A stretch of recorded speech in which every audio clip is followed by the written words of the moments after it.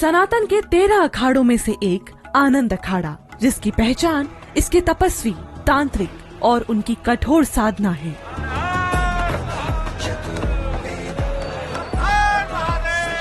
अखाड़ों की कहानी सीरीज के 8वें एपिसोड में जानते हैं श्री पंचायती आनंद अखाड़े की पूरी कहानी, जहां फिल्म देखने पर संतों को बाहर कर दिया जाता है।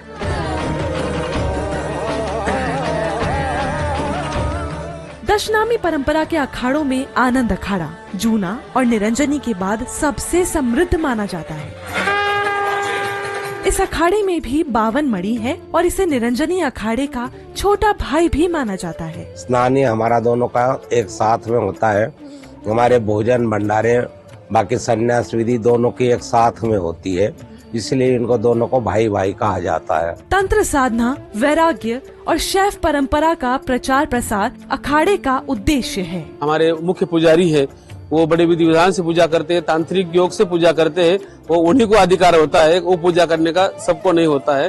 और सूर्योदय से समय आरती हो जाती है। आज भी हमारे यहाँ शस्त्र की ही पूजा होती है। हमारे स्नान में प्रमुख भाले हुआ करते, उसका कारण ही को शक्ति स्वरूप है और उसी को हम देवता मानते हैं। इस अखाड़े के नागा बाबा निर्मलगिरी खड़ेश्वरी और बाबा दिगंबर दिवाकर भारती महाराज सालों से बाजू ऊपर करने के लिए चर्चा में है। स्वेच्छा से किया गया कोई भी कार्य हठयोग में नहीं आता है, दूसरे के कहने पर वो हठयोग होता है। हमारा मकसद है सब लोग एक हों, भेदभाव मुक्त हों, अंधविश्वास से दूर रहे। हमारा हठयोग जो है, हम फलारी तो 13-14 वर्षों से, और फिर अभी हमने ये कुंभ में आके हमारे पंच गुरुओं में हमको उपदेश दिया, बोले तपस्या करो, ये खड़ेश्वरी हो जाओ नारायण। आनंद अखाड़े में धर्म ध्वजा के नीचे नागा सन्यासी बनाया जाता है। जो भी सन्यासी बनने आते हैं, एक तो वो बालिक होना चाहिए, यहाँ पर ब्रह्मचारी अविवाहित रहना होता है। यहाँ आश्रम में सेवा करेगा,